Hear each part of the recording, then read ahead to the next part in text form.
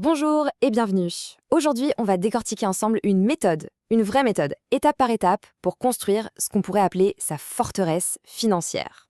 On va partir des bases, de la gestion de tous les jours, pour aller jusqu'à l'investissement sur le long terme. Alors, la grande question, c'est comment on fait pour se construire un patrimoine qui tienne la route, un truc solide. La tentation, c'est souvent de vouloir aller vite, de sauter sur le dernier investissement à la mode, mais en fait, c'est une erreur classique. La vraie clé, c'est de faire les choses dans l'ordre, de bâtir des fondations solides avant même de penser au toit. Et pour que ça tienne, justement, toute bonne stratégie patrimoniale, ça repose sur un équilibre. Un équilibre entre trois choses, trois piliers, la sécurité, la liquidité et la performance. En gros, il faut à la fois protéger son argent, s'assurer qu'on peut y toucher en cas de coup dur, et bien sûr, le faire fructifier. Allez, c'est parti, on attaque le concret. On commence par le commencement, la fondation, l'épargne de sécurité. C'est vraiment le socle, la base de tout. Sans ça, tout le reste risque de s'effondrer au premier coup de vent. Cette fondation, on l'appelle la poche numéro 1, le fonds d'urgence. C'est quoi? C'est tout simplement un matelas pour les petits pépins du quotidien. Vous savez, la machine à laver qui lâche, une visite imprévue chez le dentiste, des trucs qui, sans ce fonds, peuvent vite devenir une source de stress. L'idée, c'est d'avoir de l'argent disponible, là, tout de suite. Alors combien il faut mettre de côté dans ce fonds d'urgence? La règle d'or, c'est environ 6 mois. 6 mois de charges fixes, c'est-à-dire le loyer, les crédits, les factures, tout ce qui tombe tous les mois. Si on a, disons, 2 000 € de charges par mois, eh bien l'objectif, c'est d'arriver à 12 000 €. Et cet argent, on le place sur quelque chose de super sûr et accessible, genre un livret A. Surtout pas en bourse, hein. Ok, une fois que cette première sécurité est en place, on passe au niveau supérieur. Le rempart, si on continue la métaphore de la forteresse, c'est l'épargne de précaution. Attention, là on ne parle plus de la simple panne de voiture. La poche numéro 2, le fonds de précaution, c'est pour les vrais coups durs. Une perte d'emploi, un gros problème de santé, des travaux urgents sur la maison. C'est une réserve stratégique pour pouvoir tenir sur le moyen terme sans devoir tout brader dans la panique. Et là, l'objectif est beaucoup plus ambitieux. On vise 2 ans de dépenses. Oui, 2 ans. Ça peut paraître énorme, mais c'est ce qui apporte une vraie tranquillité d'esprit. Une fois qu'on a ce matelas de sécurité-là, on peut enfin commencer à penser à investir, à prendre un peu plus de risques parce qu'on sait qu'on est protégé, quoi qu'il arrive.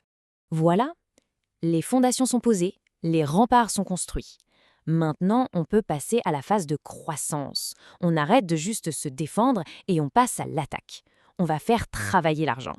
C'est là qu'interviennent les poches 3 et 4, les investissements à moyen et long terme. L'argent qu'on arrive à épargner chaque mois maintenant qu'on est en sécurité, on va pouvoir l'orienter vers des placements plus performants. Le but du jeu, c'est de diversifier pour faire vraiment grossir le patrimoine. Ce graphique, il est assez parlant. On voit bien que l'épargne mensuelle, la fameuse capacité d'épargne, est maintenant divisée. Une bonne partie va aller chercher de la performance sur le moyen et le long terme. On ne fait plus que se protéger, on cherche activement à s'enrichir. Alors, on met son argent où, concrètement? Il existe tout un tas d'outils. On a par exemple le PEA, le plan d'épargne en action pour investir en bourse, le PER pour la retraite, l'assurance vie, qui est très polyvalente, ou encore l'immobilier. Chaque solution a ses propres règles du jeu, notamment au niveau des impôts et son propre horizon de temps. Et pour aller encore plus vite dans cette phase de croissance, il y a un outil, un véritable accélérateur.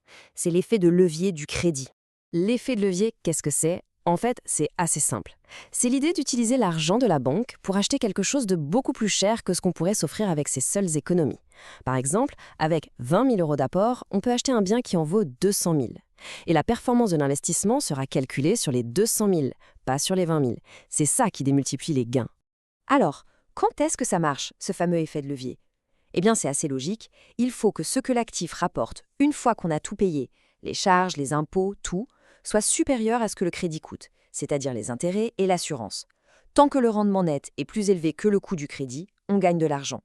Mais il y a un piège, un risque caché qui peut tout ruiner, l'érosion fiscale, les impôts.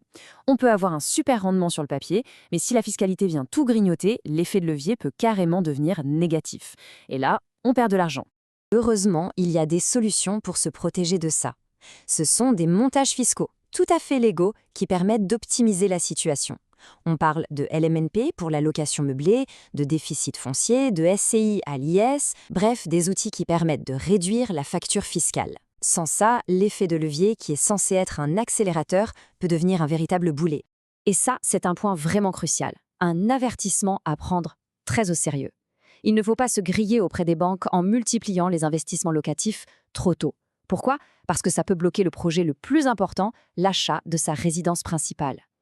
Il faut donc bien réfléchir à l'ordre des choses. Bon, on a vu pas mal de choses. Faisons un petit récapitulatif de ce plan de construction. On a donc notre méthode en 4 étapes bien claires. D'abord, étape 1, le fonds de sécurité, les fameux 6 mois. Ensuite, étape 2, le fonds de précaution, les 2 ans.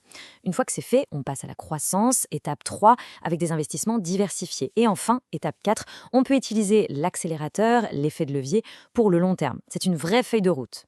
Le résultat de tout ça, c'est qu'on reprend le contrôle. On ne subit plus les événements. On devient l'architecte de sa propre sécurité financière. On sait où on va parce qu'on suit un plan structuré qui équilibre la sécurité, la liquidité et la performance. Finalement, ce qu'il faut retenir, c'est que cette méthode rend la construction de patrimoine beaucoup plus accessible. Ça peut paraître une montagne, mais en fait, tout commence par une première pierre, une première étape gérable. Alors la vraie question n'est pas comment faire, mais plutôt quelle sera la première pierre que l'on va poser pour construire sa propre forteresse.